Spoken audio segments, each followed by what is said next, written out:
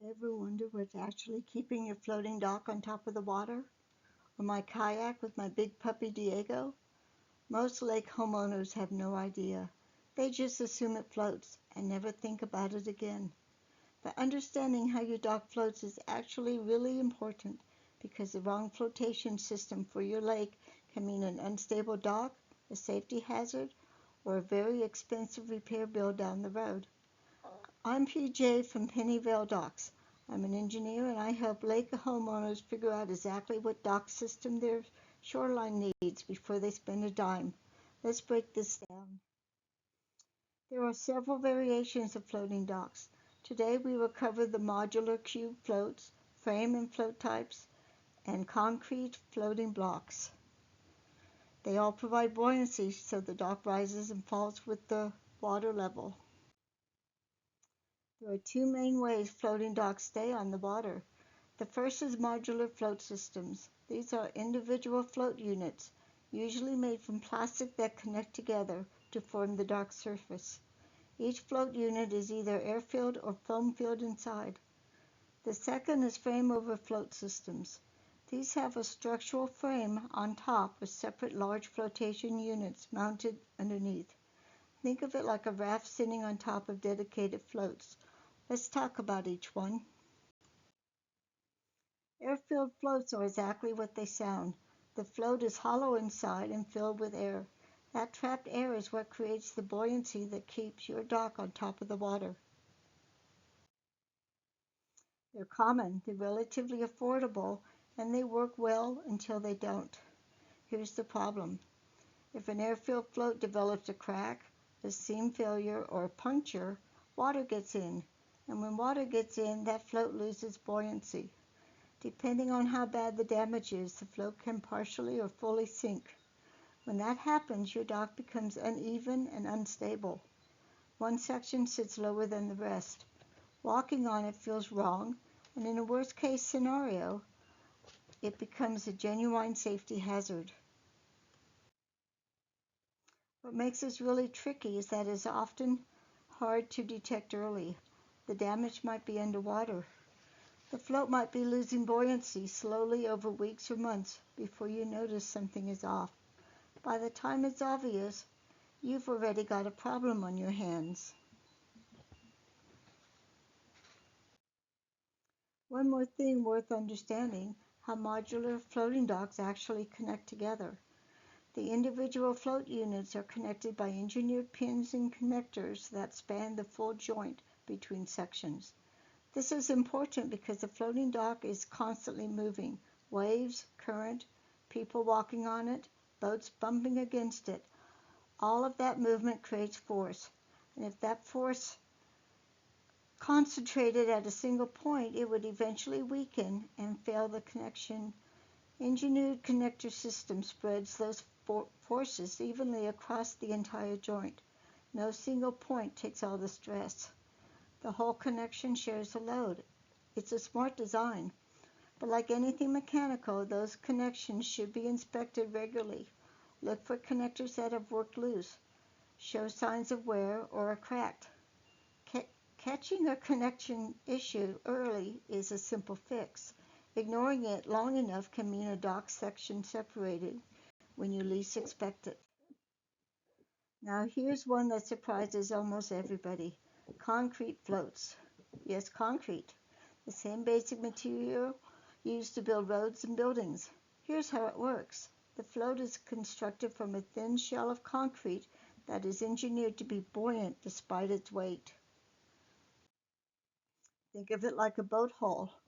The shape and airspace inside is what keeps it afloat, not the material itself.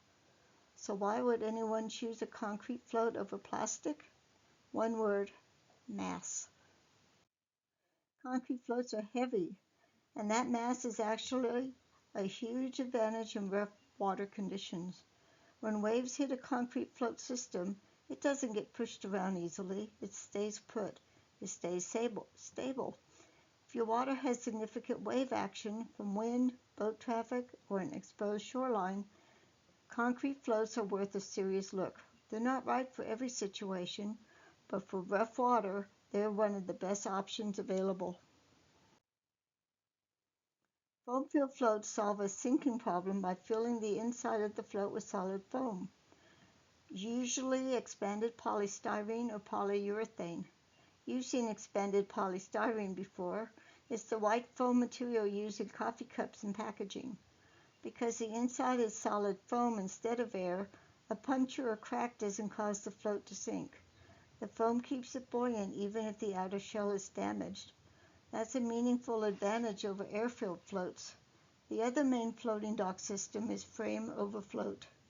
Instead of individual modular units that also serve as the dock surface, frame over float systems separate the two functions. You have a structural frame on top, that's where your decking goes and where people walk. Underneath that, you have dedicated flotation units, larger floats that are attached to the frame and do nothing but provide buoyancy. This photo is a frame over float dock at a marina. You can see a metal frame holding the floats underneath the wood deck.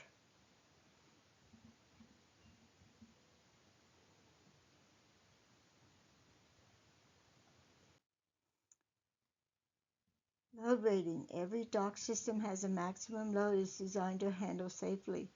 And if you exceed that load, you're putting stress on the system it was never designed for.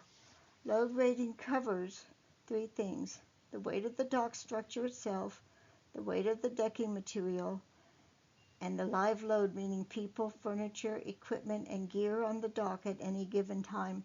That live load number is one that most people underestimate. Here's a simple framework. Residential docks are typically rated for 30 to 40 pounds per square foot of live load. If you're building a gathering dock where you'll have a lot of people at once, you want to be thinking about 60 pounds per square foot or more. Here's how to apply that. Measure your dock system surface in square feet. Multiply by the live load rating. That gives you the maximum safe live load for that dock. Then think honestly about your heaviest use scenario: a summer party, a boat loaded with gear, everyone on the dock at once. If that scenario pushes you close or over the rating, you need a bigger or stronger system.